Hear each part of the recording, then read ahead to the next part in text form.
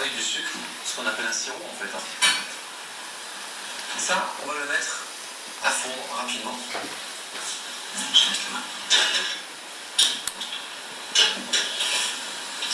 En attendant, Nadine, je vais te laisser prélever des zestes de citron, des gros zestes comme ceci. D'accord. En parallèle, je vais couper la gousse de vanille.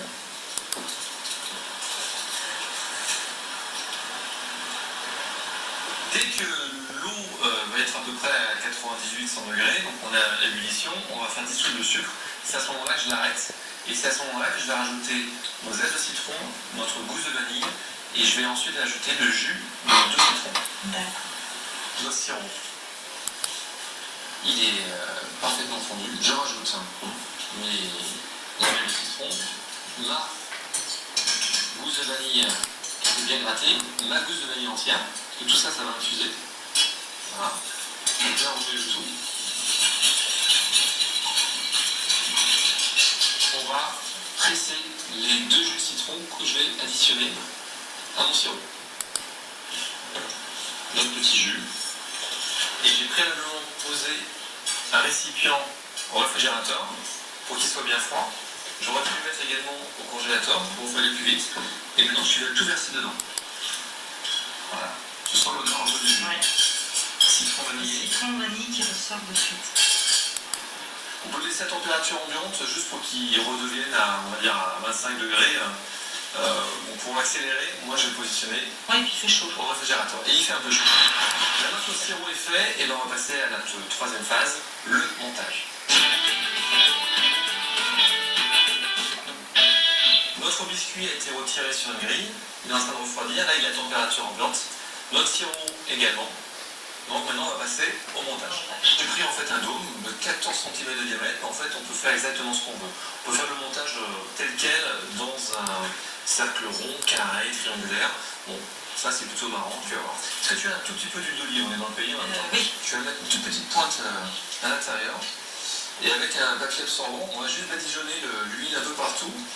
En fait, pourquoi je fais ça? C'est pour pouvoir mettre mon papier film au centre et qu'il adhère. Oui, parce que c'est toujours un casse-tête le papier. Exactement. Hop, papier film doublé, et j'appuie. Ça va me permettre en fait de faire un montage assez rapide. Je peux me permettre de ne pas mettre ce papier. Par contre après c'est un peu compliqué. Hein. C'est le même principe que lorsqu'on fait une terrine en fait. Oui, mais c'est le problème que j'ai eu pour le mettre en régime, j'ai oublié le film dans le moule. Ah, ça tu l'avais pas dit, ça c'est vraiment bien Rita. J'ai besoin de ce diamètre, donc là, voilà. Tu as besoin d'un disque comme ceci. Donc là, je vais le retirer. Je vais m'en servir tout à l'heure. Maintenant, je vais récupérer ce biscuit. Si je découpe un triangle comme ceci, logiquement, là, je vais pouvoir le mettre à l'intérieur.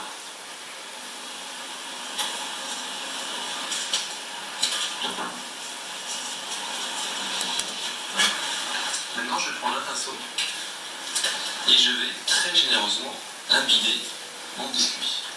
Très généreusement, pour vraiment que le biscuit soit parfaitement imbibé et que lorsqu'il soit glacé, il puisse se couper parfaitement.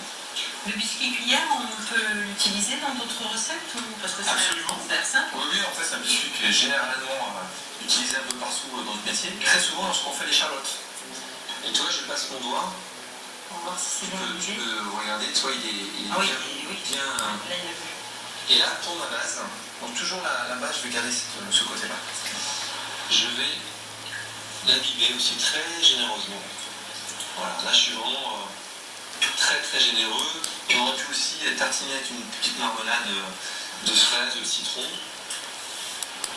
Je récupère mon sorbet citron vert et fraise. Dis-moi si ça se marie bien ensemble. Bien sûr. Ouais. On va se manger du fruit. Là, je mets mon sorbet fraise au fond de mon moule, où je fais une bicouche comme ceci, où je mélange mes deux sorbets pour avoir un côté marbré. Plus marrant à la limite à l'intérieur. Comme il fait chaud chez vous, La glace ici, Oui, c'est elle pas revient facile. très très vite à température. Pourtant, je sais qu'on aime la manger justement. Ouais. Je fais bien en sorte qu'il soit bien mélangé. Et voilà. Et ensuite, je vais poser mon biscuit. Je vais l'imbiber parce que je suis très généreux, encore une fois, avec mon sirop. Et avec une assiette ou un petit carton, j'appuie pour chasser toutes les bulles d'air. Voilà. Et ça, je le mets au congélateur. Je peux le préparer une petite semaine à l'avance. Hein. Ah, ça se Ça fait bouge pas. Ah, ça Ouais. c'est pratique. En tout cas, en attendant que mon omelette norvégienne se refroidisse bien, je vais te présenter la personne chez qui j'ai été acheter ces fameux sorbets. Est-ce que tu connais Jérôme d'Oliveira? J'en ai entendu parler. Il Voilà. s'est installé chez nous il n'y a pas trop Vous longtemps. avez bien de la chance d'avoir un Ouais. si talentueux. Jérôme, c'est une affaire de cœur, c'est quelqu'un qui a travaillé longtemps avec moi. Et en tout cas, c'est un vrai plaisir de le présenter. Et regarder son omelette norvégienne, c'est quelque chose. Donc nous voici dans ton labo, Jérôme. Tu vas nous confectionner une omelette norvégienne à ta façon. L'omelette norvégienne, c'est du biscuit, crème glacée ou un sorbet. Et en fait, le tout est enveloppé en général avec une meringue italienne qui est flambée. Moi, le biscuit, je suis parti sur le pain de gemme, D'accord. imbibé en fait avec l'alcool liqueur de mandarine, marmelade de mandarine avec mandarine du pays.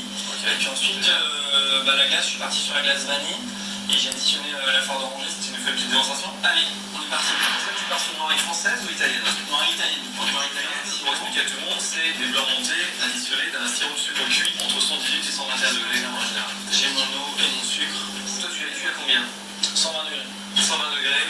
Là, j'ai fait un petit peu ferme, ça me permet d'avoir un bon résultat pour mon décor. Ça te permet d'avoir une meringue qui se garde un peu au congélateur, qui ne bouge pas, Qui est toujours moelleuse aussi en dégustation. Ça, c'est la petite technique du pâtissier en général. Le sucre, dès qu'il a 110, 112, on commence à monter tranquillement les blancs. Et logiquement, lorsque le sirop arrive à 120 degrés, les blancs sont déjà montés, on peut verser le sirop. Il y a des gens qui font ce genre de meringue, ils utilisent des blancs très froids. Et en général, il faut bien les tempérer, les sentir une heure à l'avance, les fouetter un petit peu à l'avance. Essentiel. Et là, je peux mettre au maximum pour avoir un meilleur résultat. Donc là, pour la meringue, on est ok, j'ai la texture que je veux pouvoir l'arrêter. Et je lui additionne en fait des zestes de mandarine.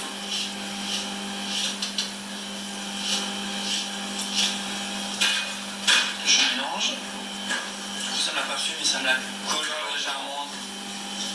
Donc en fait, tu as fait un montage, tout ça, Cadre, voilà, biscuit, marmelade, glace, exactement. tu as coupé un rectangle et après ce rectangle, tu l'as coupé en biseau, voilà, dans la diagonale. Donc là maintenant on va essayer de la sublimer avec la meringue. Là je lui fais des petits pics, que ce soit un petit peu plus sympa. C'est l'intérêt en fait de ce montage, c'est de garder les strates apparentes. Donc je coupe légèrement ce qu'on appelle vulgairement l'entame. Mais la lanterne, elle n'est jamais perdue pour tout le monde. Elle est parfaite. J'ai ajouté en fait les petits cubes qui me restaient, les chutes de biscuits, tout simplement. D'accord. Voilà. Maintenant, il y a l'étape flambage, exactement. Donc, je commence par un tout petit coup de chalumeau sur l'arête. Et j'ai un spray comme un parfum avec ma liqueur de mandarine. Excellent. Ah, c'est incroyable. L'odeur de mandarine, là, le parfum, super. Ouais, c'est sympa, ça envoie bien en fait toute la meringue sur le dessus du Très, très, très original. Tu vas couper une barre, non? Bah, regarde, allez, j'en peux plus là. Il y a le même point en marmelade, quasiment, en biscuit et en glace. Exactement. C'est ce qui fait pour moi, en tout cas, le bon équilibre d'un gâteau. Et tout ça, voilà, ça arrive à palais. Bon, On va te remercier beaucoup pour cette super démonstration dégustation. Moi, maintenant, je vais m'atteler à finir la mienne. Alors, Nadine, que penses-tu de cette fameuse omelette norvégienne façon Jérôme d'Oliveira? Je pense que ça va devenir un de mes endroits favoris. Ah, Je vais me régaler quand Ah, je je peux fais le ça. Maintenant, on va passer à la dernière étape, la quatrième, la meringue. Alors, tu sais qu'il y a trois familles de meringues. On a une famille de meringues françaises, qui sont des blancs montés additionnés de sucre semoule. Ce que j'ai fait. Après, il y a une deuxième meringue, qui est la meringue italienne. C'est en fait des blancs montés additionnés de sucre cuit. C'est ce qu'a fait Jérôme d'ailleurs. Et c'est plutôt intéressant pour faire un produit masqué, caramélisé et Ça surgelé. tient mieux. Ça tient beaucoup, beaucoup. D'accord. Et il y en a une troisième qui est beaucoup plus simple à faire à la maison, qui s'appelle la meringue suisse. La base de la meringue, il faut savoir que c'est le double de sucre par rapport au blanc d'œuf. Si on met 100 g de blanc d'œuf, on rajoutera 200 g de sucre à chaque fois, qu'elle soit française, italienne ou suisse. Et bien nous, on va mélanger le tout dans une casserole et on va le mettre au micro-ondes plusieurs fois pour atteindre la température de 60 degrés. Une fois qu'elle est à 60 degrés, on va bien la monter au four électrique et elle va être dense et à ce moment-là... C'est la température qui fait la réaction? Exactement. Donc, nos blancs d'œufs, notre sucre se moule.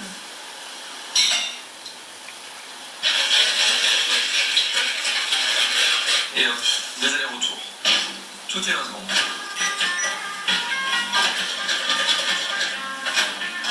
Hop. Tu sens que la meringue là, elle chauffe bien. Ça chauffe. T'as vu, elle est beaucoup plus liquide. Oui. Et là, je vais mettre mon œuf dedans. Si ça me picote, C'est que c'est bon. c'est que c'est bon. C'est bien. Mets ton petit œuf dedans. Tu vois, c'est chaud. C'est chaud, mais ça brûle pas. À ce moment-là, on la monte au fouet électrique. Il faut que ça refroidisse ça. Il y a ça, on fait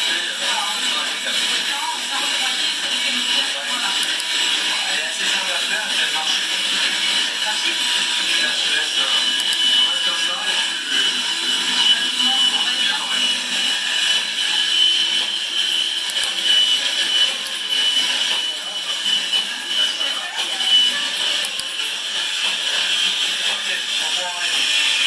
c'est du bien.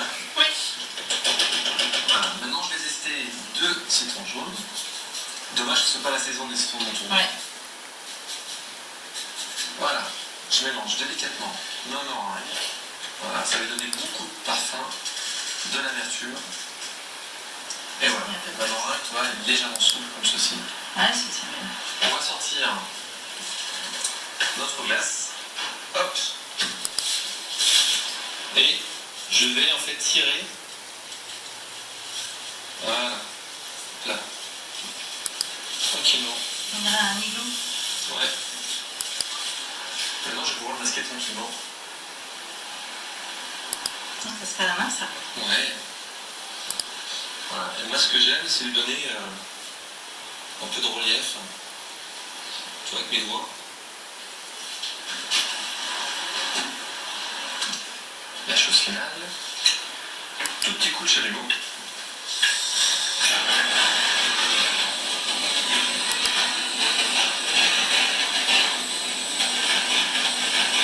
Voilà, sans trop de temps parce que la glace est un peu fragile. Et voilà, le tour est joué. Voilà. Et là, maintenant, telle quelle, tu peux la réserver au congélateur.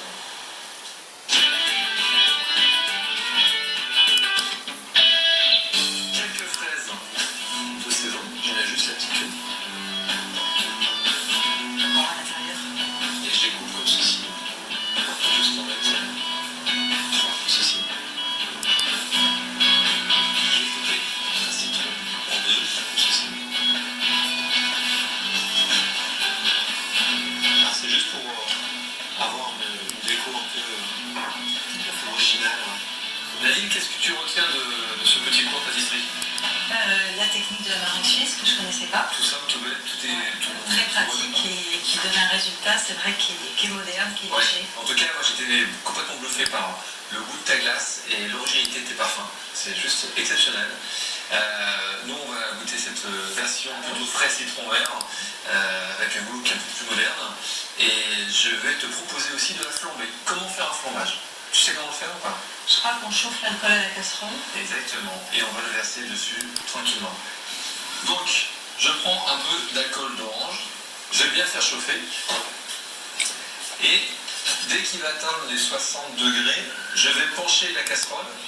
La flamme va enflammer le tout. Et je vais verser d'un coup sec, on va dire, sur mon omelette. Et si tu veux retrouver toutes les recettes avec le grammage précis, Oui, ça commence un service. je te laisse aller sur le site de teva.fr. Allez, on essaye? Ouais. Hop. Et là.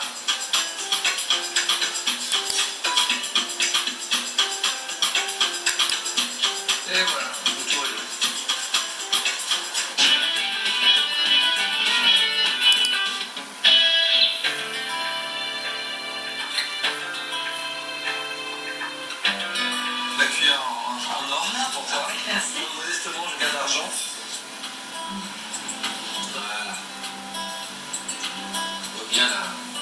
marbrure, le biscuit imbibé, le sorbet fraise et le sorbet citron. À la bonne franquette.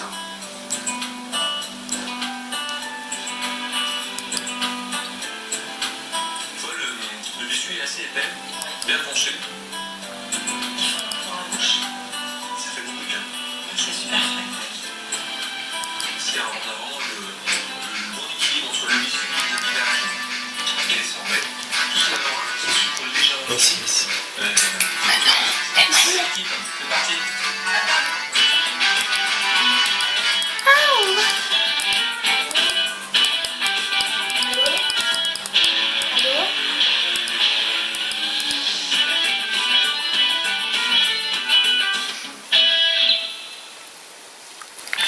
Tout de suite sur Théma, dans Théma Déco, la box, les